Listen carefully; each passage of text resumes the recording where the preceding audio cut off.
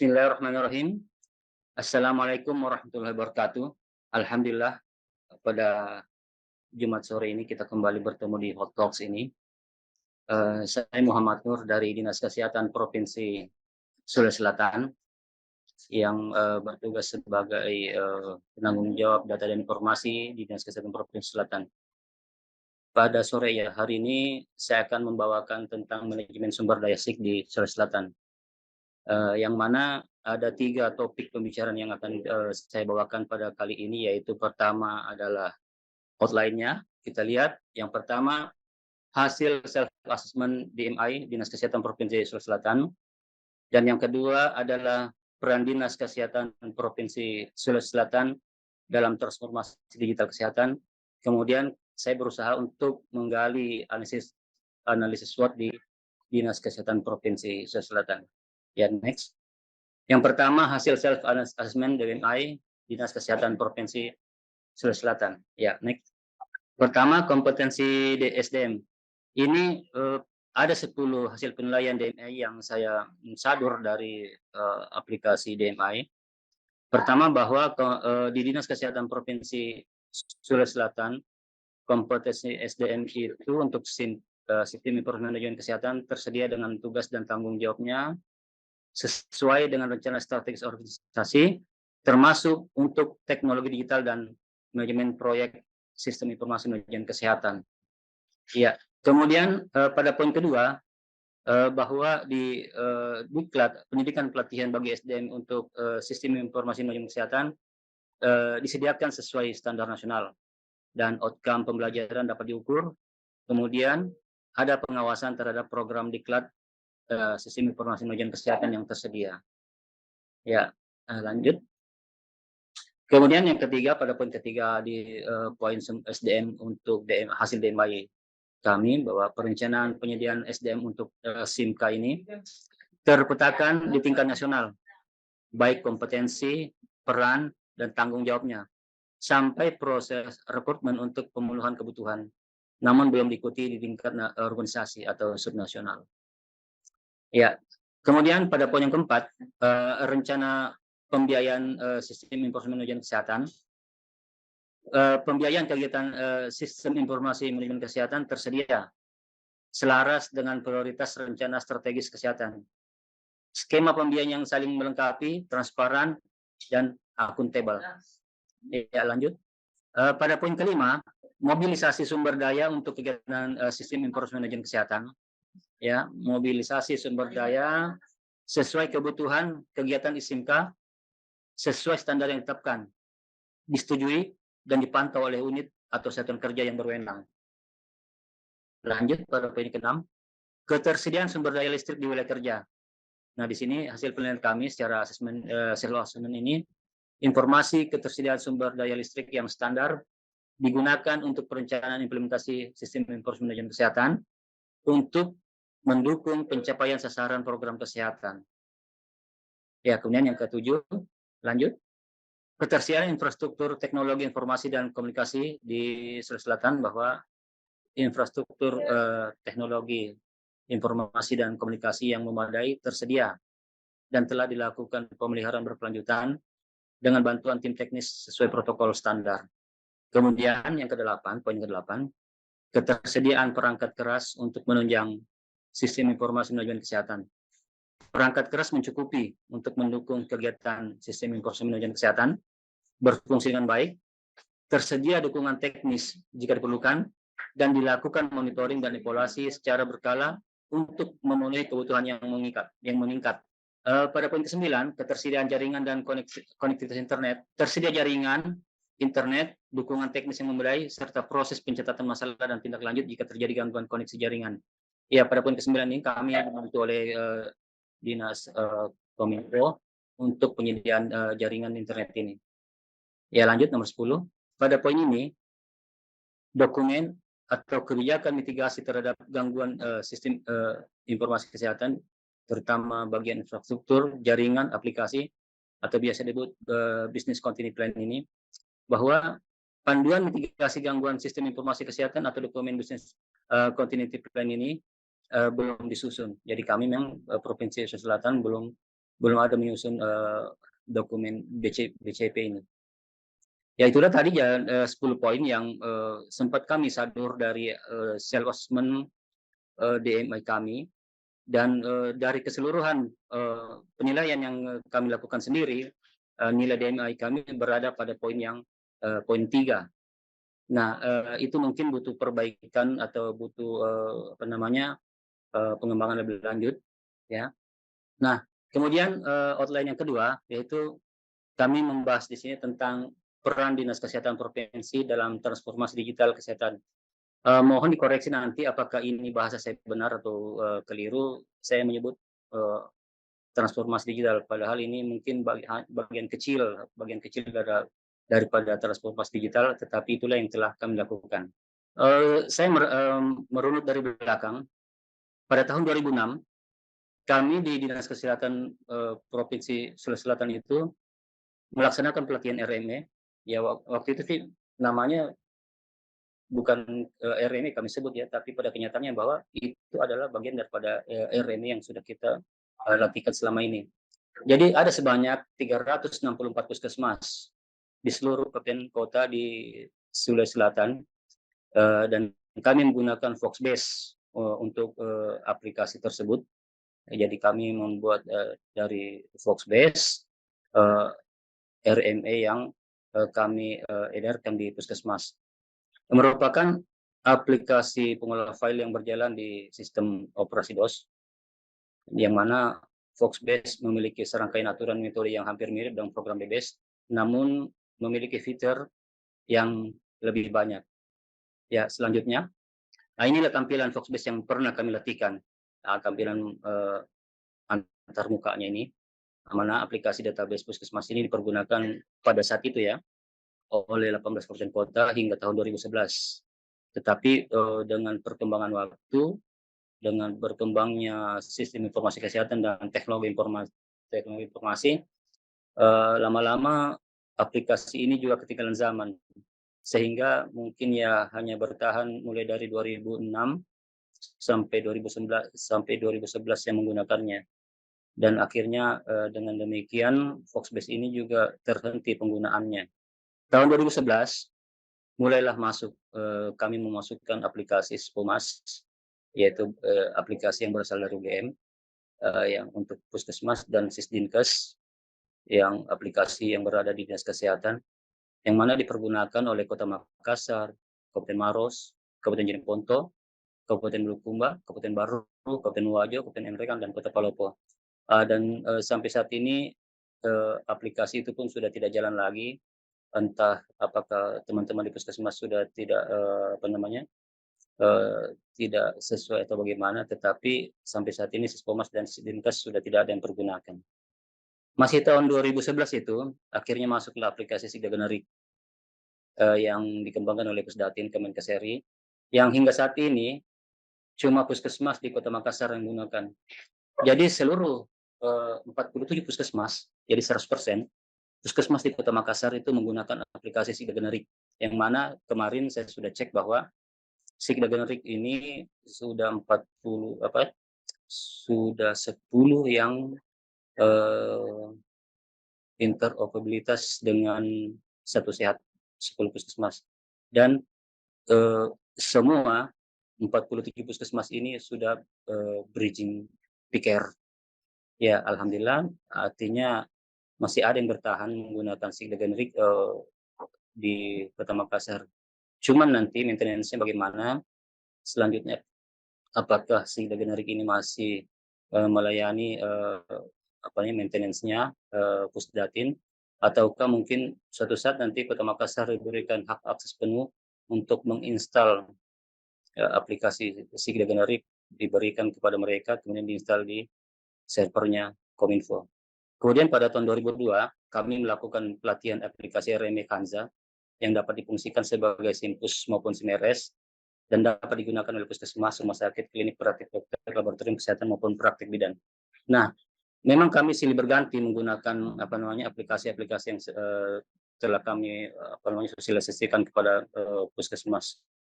Dan ini akhirnya kami mendapatkan aplikasi Kanza ini pada tahun 2002 bulan Desember itu sudah kami latihkan dan ada pesertanya peserta yang kami panggil itu sebanyak 74 orang sebenarnya, tetapi yang hadir waktu itu cuma 52 orang. Ya lumayan, artinya ada perwakilan dari puskesmas, ada perwakilan dari dinas kesehatan, dan ada perwakilan dari rumah sakit. Nah, pada tahun 2003 itu, outcome dari pelatihan pada tahun 2022 yang lalu, sudah ada rumah sakit yang bridging dengan PICARE, yaitu Rumah Sakit Umum Daerah Siwa, dan ada yang sudah bridging dengan Viclaim, yaitu Rumah Sakit RSUD Palopo, dan RSUD Nrekang dalam proses bridging, dan beberapa puskesmas juga sedang dalam proses bridging. Dan sebenarnya ada beberapa, tetapi mungkin mereka tidak melapor atau tidak memberitahukan kepada kami, sehingga kami belum tahu berapa totalnya. Ya, kemudian kami mencoba menyusun analisis SWOT apa saja menjadi masalah pengembangan sistem informasi kesehatan di Provinsi Sulawesi Selatan. Ya, kami menyusun strength atau kekuatan apa yang ada bisa kami pertimbangkan. Nah, yang pertama kami memikirkan bahwa Indonesia itu telah memiliki beberapa legislasi terkait sistem informasi kesehatan seperti Undang-Undang Kesehatan, SKN, kebijakan dan strategi pengembangan Siknas dan Sikda, juga adanya Peraturan Menteri Kesehatan Nomor 24 Tahun 2022 tentang rekam medis. Nah, itu peraturan ini kami jadikan poin dalam strength atau kekuatan yang dapat menunjang sistem informasi kesehatan di Sulawesi Selatan. Kemudian tenaga pengelola SIK sudah mulai tersedia pada tingkat provinsi Sulawesi Selatan dan kabupaten kota. Ya, rata-rata sebenarnya teman-teman di puskesmas itu dan di dinas kesehatan serta rumah sakit mereka sebenarnya punya tenaga pengelola SIK. Hanya mungkin ya spesifikasinya mungkin belum memadai dan jumlahnya mungkin belum banyak. Kemudian setelah kami hitung bahwa infrastruktur teknologi informasi dan komunikasi tersedia di hampir seluruh kabupaten kota. Setelah kami memantau dan mencari data tentang infrastruktur TIK, ya semua dinas kesehatan kabupaten kota sudah memiliki. Kemudian indikator kesehatan telah tersedia. Jadi memang indikator kan sudah disediakan oleh Kementerian Kesehatan. Kemudian selanjutnya kekuatan yang ada yaitu telah adanya sistem pengumpulan data secara rutin yang bersumber dari fasilitas kesehatan pemerintah dan masyarakat. Ya, jadi sistem pengumpulan data rutin memang sudah ada selama ini. Dan telah ada inisiatif pengembangan SIK oleh beberapa fasilitas kesehatan seperti rumah sakit, puskesmas, dinas kesehatan untuk memenuhi kebutuhan mereka sendiri. Ya, dari tahun ke tahun sebenarnya rumah sakit memang sudah punya seperti itu puskesmas dan dinas kesehatan sudah mengupayakan itu. Jadi itu merupakan salah satu poin kekuatan yang bisa kami perhitungkan. Kemudian kekuatan yang lain yaitu selama ini telah ada diseminasi data dan informasi. Ya, semua kabupaten kota kan sudah menerbitkan profil kesehatannya dan mereka membagikannya atau menyebarluaskannya kepada pemangku kepentingan. Ya, selanjutnya, kemudian kami menghitung juga beberapa kelemahan yang ada di Provinsi Sulawesi Selatan. Ya, kelemahan kami ya selama ini SIK masih terfragmentasi, belum terintegrasi dan dikelola berbagai pihak. Jadi ada di sana, ada di situ, mungkin bertebaran di mana-mana. Kemudian legislasi yang ada belum kuat untuk mendukung integrasi SIK. Ya, legislasi yang ada belum kuat untuk mendukung integrasi SIK. Ya, jadi dan kemudian tidak terdapatnya penanggung jawab khusus SIK, petugas SIK umumnya masih rangkap jabatan. Dan kemarin saya ke Kota Makassar dan mereka memang banyak yang merangkap jabatan di tenaga SIK ini. Belum ada tenaga khusus yang menangani itu. Kalau Kota Makassar saja seperti itu, apalagi yang kota-kota lainnya atau kabupaten lainnya. Kemudian tenaga pengelola SIK umumnya masih kurang diakui perannya. Pengembangan karir tidak jelas dan belum ada jabatan fungsionalnya. Ini sebenarnya ada kasus yang terjadi ya. Ini betul nyata ini. Kemudian terbatasnya anggaran untuk teknologi informasi dan komunikasi, khususnya untuk pemeliharaan. Ya mungkin anggaran 1 tahun pertama mereka ada, tapi setelah masuk tahun kedua, akhirnya banyak peralatan yang rusak atau usang atau bagaimana. Akhirnya pada tahun kedua terhambat lagi. Kemudian poin kelemahan yang lain yaitu masih lemahnya mekanisme monitoring, evaluasi dan audit SIK. Kemudian kualitas data masih bermasalah tidak akurat, tidak lengkap, dan tidak tepat waktu. Ya, saya ada salah satu kelemahan yang kami dapat di daerah bahwa kami kan ini sebenarnya sudah menyediakan, menganjurkan kepada teman-teman, untuk mengadopsi apakah, ini khusus untuk RME ya, untuk rekam medis elektronik. Kami tawarkan ada yang online, ada yang offline. Ya, yang online sudah install, mereka mengeluh ya, teman-teman di puskesmas mengeluh, "Aduh, kenapa kami harus install lagi?" Ya, mereka, maunya menerima langsung jadi. Ya, kalau langsung jadi ya harus berbayar, saya bilang begitu. Nah, ini menurut saya adalah satu kelemahan dari teman-teman kita di puskesmas, bahwa, mereka berpersepsi bahwa yang namanya sistem informasi kesehatan itu langsung ada tersedia dengan mudahnya, padahal ya kita harus usahakan. Ya, selanjutnya peluang apa yang ada kami susun ini antara lain yaitu kesadaran akan permasalahan kondisi fisik dan manfaat e-health mulai meningkat pada semua pemangku kepentingan, terutama pada tingkat manajemen Kementerian Kesehatan. Telah ada peraturan perundang-undangan terkait informasi dan TIK. Ya, ini adalah peluang semua. Terdapatnya kebijakan perampingan struktur dan pengkayaan fungsi, memberikan peluang dalam pengembangan jabatan fungsional dan pengelolaan SIK. Kemudian, terdapat jenjang pendidikan informasi kesehatan bervariasi dari diploma hingga sarjana di perguruan tinggi. Ya, pihak UGM sudah menyediakan S2 Sistem Informasi Kesehatan. Kemudian para donor menitik beratkan program pengembangan SIK. Ya, ini semua peluang yang kami lihat. Dan kemudian registrasi vital telah dikembangkan oleh Kementerian Dalam Negeri. Dan adanya inisiatif penggunaan nomor identitas tunggal penduduk oleh Kementerian Dalam Negeri yang merupakan peluang untuk memudahkan pengelolaan data sehingga menjadi berkualitas. Ya, nah ini yang terakhir ancaman. Ini banyak juga ancaman dari kegiatan-kegiatan dalam pengembangan SIK ini. Dengan otonomi daerah, terkadang pengembangan SIK tidak menjadi prioritas. Rotasi tenaga SIK di fasilitas kesehatan pemerintah tanpa perencanaan dan koordinasi dengan dinas kesehatan telah menyebabkan hambatan dalam pengelolaan SIK. Ya, jadi mutasi ya di pemerintah daerah itu kalau untuk tenaga SIK itu memang cukup besar ya kalau daerah. Pergantian kepala daerah membuat pergantian juga pejabat-pejabat yang ada di kabupaten kota. Kemudian komputerisasi data kesehatan, terutama menuju data individu atau disagregat, meningkatkan risiko terhadap keamanan dan kerahasiaan sistem teknologi informasi kesehatan. Ya, ini ancaman juga. Kemudian kondisi geografis Sulawesi Selatan yang sangat beragam, di mana infrastruktur masih sangat lemah di daerah terpencil, sehingga menjadi hambatan koordinasi SIK. Nah, ada satu kejadian di salah satu Posyankes di Provinsi Sulawesi Selatan.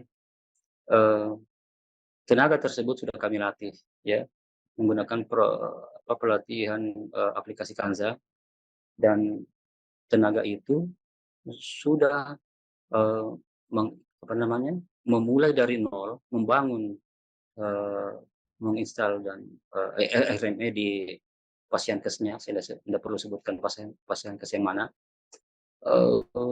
Awalnya dia dijanjikan ya per bulan 3 juta rupiah, ya, dapat salary 3 juta rupiah per bulan. Itu kan kalau perencanaan seperti biasanya sampai selama 1 tahun atau 12 bulan. Tetapi setelah cair anggarannya, pada kenyataannya yang salary yang diterima cuma 1 juta rupiah per bulan. Setelah saya hubungi secara langsung, ternyata pengelola SIK itu sudah, dia akhirnya keluar, ya, tidak mau lagi bekerja di situ. Dia bilang, "Pak Nur, mendingan saya jual ini Pak Nur, jual pulsa, jual token segala macam, penghasilan saya lebih tinggi daripada saya harus bertahan di Pasienkes itu, tetapi tidak sesuai dengan perjanjian yang ada." Nah, ini nih pertanyaan jawab bagi saya, apakah itu semacam kesalahan daripada manajemen dari Pasienkes itu, ataukah memang ada perubahan anggaran? Biasa kan kalau refocusing apa segala macam itu, pengurangan anggaran di daerah, sehingga imbasnya yang kena anggarannya pengelola data di Pasienkes itu. Nah, ini sebenarnya semua menjadi ancaman bagi pengembangan sistem informasi kesehatan di daerah. Ya, karena bukan main itu kalau dan tidak ada pengangkatan PNS ya untuk tenaga khusus yang menangani data kesehatan atau sistem informasi kesehatan.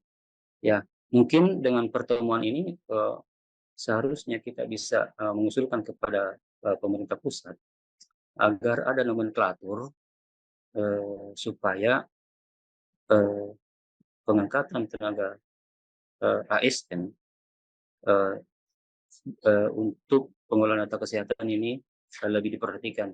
Karena sekarang ini kalau alumni S1 komputer atau teknologi komputer itu mereka mikir, ngapain saya terikat pada suatu instansi dengan penghasilan yang cuma 1 juta per bulan atau 2 juta per bulan, lebih baik katanya dia nongkrong di pinggir jalan sambil ketak-ketik Tokopedia segala macam, Shopee penghasilannya lumayan. Ya, jadi saya berpikir seperti itu. Ini mungkin dengan hot talks ini kita bisa mencari solusi yang ada. Ya, terima kasih Mbak. Saya rasa itu saja materi saya.